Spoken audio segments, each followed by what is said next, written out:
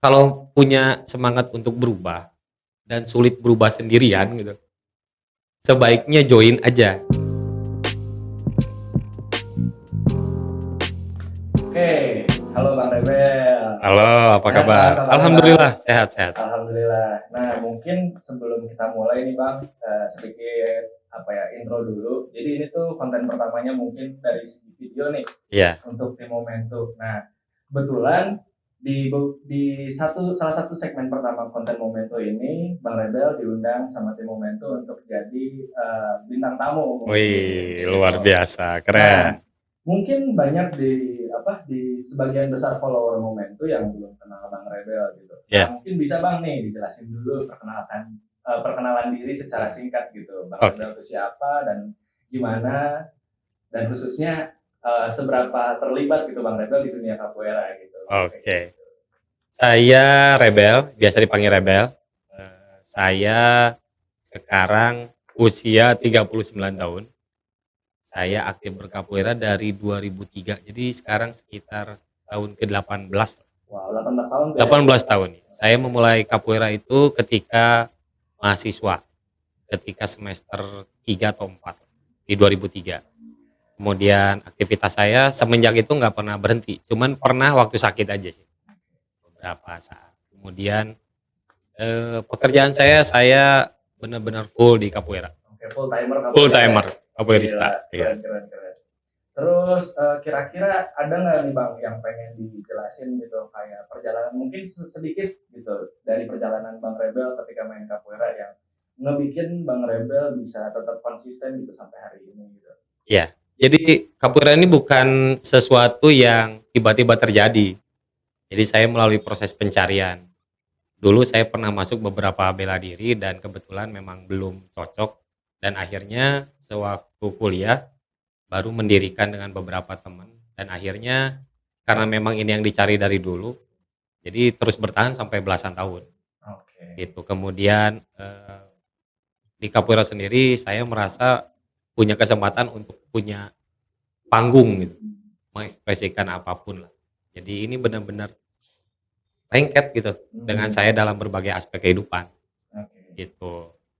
Nice. Dan ini Bang, yang saya yang jadi pertanyaan dan kepikiran juga sama saya, kan pasti setiap zaman tuh punya tantangannya masing-masing ya. Iya Kayak betul. mungkin ketika Bang Rebel memulai capoeira di saat mungkin di era, mohon maaf tahun berapa, 2003 ya? 2003. Di 2003 mungkin kan ada beberapa tantangan, contoh misalkan untuk komunikasi tidak selancar zaman sekarang Iya, gitu, karena belum ada YouTube juga, belum ada belum ada internet, internet. WhatsApp nggak ada, Wah, nggak ada, kayak gitu kan. boro-boro. Nah, belum juga kalau misalkan gimana gitu caranya untuk ngumpulin orang dan segala macam. Kan Iya, pasti setiap zaman tuh ada tantangannya iya masing-masing ya. pasti. Tapi nggak menutup kemungkinan juga ketika teknologi itu udah lengkap di zaman sekarang misalkan tantangannya hilang kan nggak ada ya, tetap Iya, iya, tetap ada kan tetap ada. tantangan. Nah, mungkin bisa nggak Bang Redal ngejelasin apa sih yang tantangan yang Bang Redal dirasain gitu, khususnya di dua zaman itu, di zaman dulu sama di zaman Iya, sekarang kayak gitu, bisa diceritain nggak Bang? oke. Jadi waktu zaman saya mulai capoeira 2003, itu dengan serba keterbatasan. Nggak ada internet, kita cuman pakai SMS. Handphone juga masih kecil-kecil. Otomatis sulit terkoneksi dengan sesamanya gitu. Nggak seperti sekarang kan zaman internet, waduh sekarang video call aja udah kemana-mana bisa. Ya. Kalau dulu video call tuh impian. Wah, Kemudian dulu karena masih mahasiswa ya, masih terikat dengan kuliah, kemudian dengan uang yang pas-pasan juga. Jadi aktivitas tuh semangatnya gede, tapi kemampuan finansialnya nggak mendukung dulu. oke. Jadi dan saya juga dulu waktu kuliah nggak pakai kendaraan pribadi, jadi saya naik Damri. Jadi tantangan terbesar adalah gimana caranya semangat dengan keuangan ini bisa pas. Oke. Karena kalau terlalu semangat nggak didukung keuangan juga sulit zaman dulu. Iya. Tapi kalau keuangan mendukung tapi juga nggak punya semangat juga sama, hancur. Nah, itu tantangannya. Gimana caranya dulu bisa survive eh, supaya sinkron antara kemampuan dengan keinginan. Kemudian kalau zaman sekarang tantangannya sebetulnya lebih ke orang nih banyak menggunakan fasilitas yang dipunya dengan cara yang kurang pas gitu. Artinya mudah terkoneksi tapi jarang buka grup. Nah, itu juga sangat menghambat buat saya pribadi karena harusnya dengan alat yang lebih canggih lebih mudah gitu, terkoneksi, tapi ternyata bukan alatnya tapi orangnya itu loh, attitude-nya gitu. Jadi tantangan terbesar saat ini adalah mengajak orang-orang untuk menggunakan gadgetnya dengan baik gitu. Supaya apapun jadi lebih mudah, bukannya jadi alasan untuk tidak terkoneksi. Itu sih tantangannya ya, yang pokoknya saat ini. Berarti kalau misalkan dulu mah sama keadaannya, kalau sekarang sama sifat orang-orang, Sama attitude orangnya gitu loh. Kalau alatnya sih canggihan sekarang ya, tapi tekadnya kayaknya gedean yang dulu deh. Orang-orang zaman saya itu dulu tangguh-tangguh gitu. Masalah berjuang karena keterbatasan kan. Kalau orang sekarang harusnya dipermudah dengan fasilitas, tapi attitude-nya semakin apa ya? Orang tuh ngelihat kemudahan yang ada tuh digunakan dengan cara-cara yang kurang pas. Harusnya sih bisa mempermudah segalanya. Setuju saya Bang. Betul. Nah, ngomongin soal kendala, kita nggak menutup mata ya. Sekarang kan di tahun 2021 ya. Iya. Kita tahu sendiri 2021 dan 2020 dan ya itu adalah tahun yang wadaw gitu kan. Iya. Karena kita tahu juga kita sedang dilanda pandemi gitu. Betul. Nah, saya pengen nanya nih. Ada nggak sih? Maksudnya kan pasti ada dampak pandemi ke capoeira gitu kan. Nah, yang saya tanyain, ada nggak sih sebelum ada atau enggak metode untuk nge-handle si pandemi ini dari Bang Rebelnya tuh bisa nyeritain nggak seberapa besar gitu si pandemi ini berdampak gitu, Berdampak ya. capoeira Bang Rebel dan tim Bang Rebel gitu. Iya. Kalau saya melihat pandemi ini ngasih dampak negatif dan positif. Tapi saat ini lebih banyak positifnya kalau saya lihat ya. Alhamdulillah gitu kalau untuk tim. Karena pandemi ini nggak ngebikin bubar, malah ngebikin orang semakin pintar beradaptasi. Semakin punya kesempatan untuk ngetes seberapa jauh dari kemarin tuh belajar capoeiranya gitu. Karena harusnya orang-orang yang belajar capoeira tahu beradaptasi dengan baik. Kemudian dampak negatif paling jauh secara fisik aja. Jauh secara letak gitu, geografis, ada yang pulang ke Kalimantan, Sumatera, Jawa dan kemana-mana, itu aja sih kalau negatifnya ya. Tapi tetap hubungannya bisa melalui sosmed.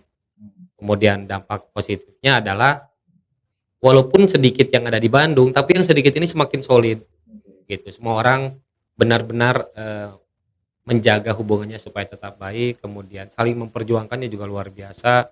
Makanya kita sampai ngumpul dan bisa bikin konten dan segala macam. Dan pandemi ini ngebikin tiap orang memanfaatkan sosial media dengan lebih baik.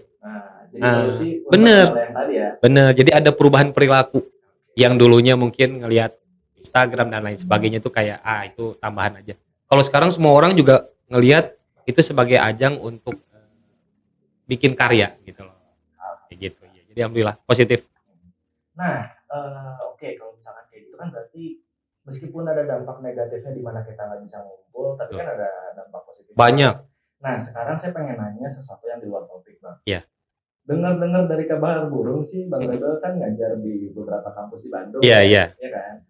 Nah, pasti kan di situ juga ada kendalanya ya, Bang ya? Iya. Mungkin di mana ketika si murid Bang Rebel ini berkapueranya itu sangat terbatas ketika dia ada di kampusnya aja. Contoh misalkan ada seseorang dari luar pulau mungkin dan dia di Bandung mungkin terbatas sama waktu kuliahnya. Ketika mereka lulus, mereka kan pasti harus pindah lagi ke tempat yang lain, entah pulang ke kampungnya atau dia kerja kayak gitu.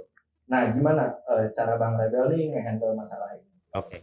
Jadi kalau dulu sebelum masa pandemi, sebelum ada era online, itu tuh jadi masalah yang cukup besar dipikirkan karena tidak terbiasa latihan online. Tapi gara-gara pandemi ini ngebikin semua orang termasuk saya tahu gitu gimana membiasakan diri untuk online. Jadi kalau sekarang ketika ada murid saya beres kuliah kemudian pulang kampung atau kerja ke kota lain bahkan ke negara lain tetap bisa latihan pakai media online.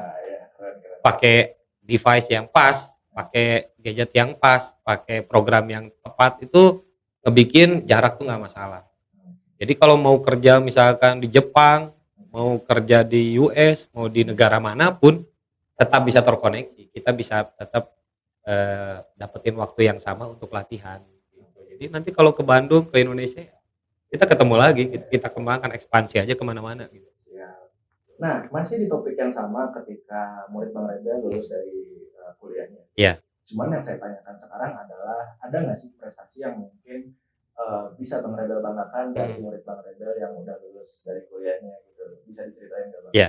Kebanggaan pertama pastinya adalah mampu mengantar murid saya sampai dia lulus kuliah sebenarnya. Sambil berkapoeira sambil lulus kuliah, karena itu prestasi juga. Kebanggaan karena dia mampu hidup secara bersama-sama gitu. Jadi di kuliahnya survive, kemudian di capoeiranya survive, kemudian kebanggaan lainnya adalah ngelihat orang itu berubah yang dulunya mungkin punya attitude yang kurang pas untuk di lingkungan sosial sekarang, kemudian ngelihat tumbuh menjadi pribadi yang banyak berguna bagi sesamanya, bagi tim.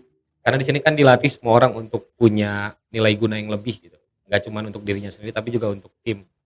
Kemudian tumbuh dan akhirnya banyak orang ngelihat murid saya itu sebagai sosok yang bisa diandalkan. Jadi kebanggaannya terletak ketika dia punya nilai guna lebih gitu, baik untuk dirinya, keluarga, kemudian teman-teman dan semuanya lah. Itu bangga sekali sih. Oke, nah ini pertanyaan yang terakhir dan gak jauh-jauh juga dengan guru dan murid gitu. Iya. Gak jauh-jauh dari dunia perguruan dan Iya. perwalitan. Pertanyaan terakhirnya tuh adalah ada pesan-pesan gak Bang untuk murid Bang Rebel, entah itu yang udah lulus, Iya. entah itu yang masih kuliah, atau entah itu untuk calon muridnya Bang Rebel. Iya, iya. Kan sekarang udah mau penerimaan Iya, iya. mahasiswa kan mungkin ya. Iya. Nah silakan Bang, kira-kira yang mau disampaikan. Ya, mungkin pesan saya untuk murid-murid saya terutama yang senior dulu ya. Pesan dari saya adalah ingat bahwa proses capoeira ini panjang. Jangan buru-buru, sabar dalam perjalanannya, kemudian menyiapkan diri untuk setiap fase. Karena nanti bakal berujung di kewajiban seperti saya. Kewajibannya tuh ya itu meneruskan kembali apa yang sudah diajarkan. Karena banyak orang juga yang butuh untuk tahu apa yang kita alami supaya nanti mungkin ada orang-orang yang terselamatkan dari keadaan-keadaan yang dulu menimpa kita gitu. Kemudian juga harus mulai memantaskan diri lah dengan attitude yang pas di lingkungan sosialnya. Jadi kalau kalau jadi karyawan di kantor, jadilah karyawan yang berguna, yang disiplin, yang mencerminkan apa yang diajarkan di kelas. Teamworknya harus bagus, kedisiplinannya harus bagus. Kemudian mampu menjadi orang yang diandalkan, dipercaya gitu. Value-value tim kita tuh harus terbawa ke semua aspek kehidupan. Kemudian untuk member yang sekarang baru 2-3 tahun gitu, harus tahu menempatkan diri juga karena lingkungannya berbeda kan. Di kampus dengan di Kapura juga berbeda. Terus selalu mendengarkan orang-orang yang lebih berpengalaman, bukan berarti harus serba nurut ya. Kalau berbeda pandangan boleh. Tapi harus benar-benar bisa melihat mana yang bisa dijadikan sebagai sebuah pelajaran dan mana yang harus benar-benar dipahami gitu. Karena banyak orang yang iya doang tapi ternyata pas eksekusi dia salah gitu. Kemudian untuk calon-calon member kalau punya semangat untuk berubah dan sulit berubah sendirian gitu, sebaiknya join aja. Jangan nanya gimana caranya, masuk aja nanti kita bawa ke sebuah perjalanan. Nanti perjalanan itu yang ngajarin sih. Kalau saya cuma sharing aja. Senior juga sharing gitu. Karena yang belajar tuh beneran kamunya gitu. Dan keadaan di kita tuh itu yang ngebentuk seseorang. Jadi seperti kalau saya bisa bilang bahwa sebetulnya yang ngebangun diri kamu tuh bukan saya gitu, bukan gurunya. Guru tuh hanya sebagai sarana aja. Yang ngebangun diri kamu tuh kamu sendiri. Tapi lingkungannya tuh kita siapkan. Jadi ya silakan. Kalau kalau pengen berubah, ayo bareng kita gitu. Kayak gitu paling. Sip, kalau gitu Bang Rebel mungkin terima kasih banyak. Terima kasih banyak. Bang Rebel, gitu kan. Terima kasih banyak. Juga jawaban-jawabannya. Dan ya mungkin semoga pesannya bisa diterima sama audiensnya Momentum. Dan ya paling untuk episode 1 dicukupkan untuk sampai terima kasih banyak. Terima kasih banyak. Terima kasih.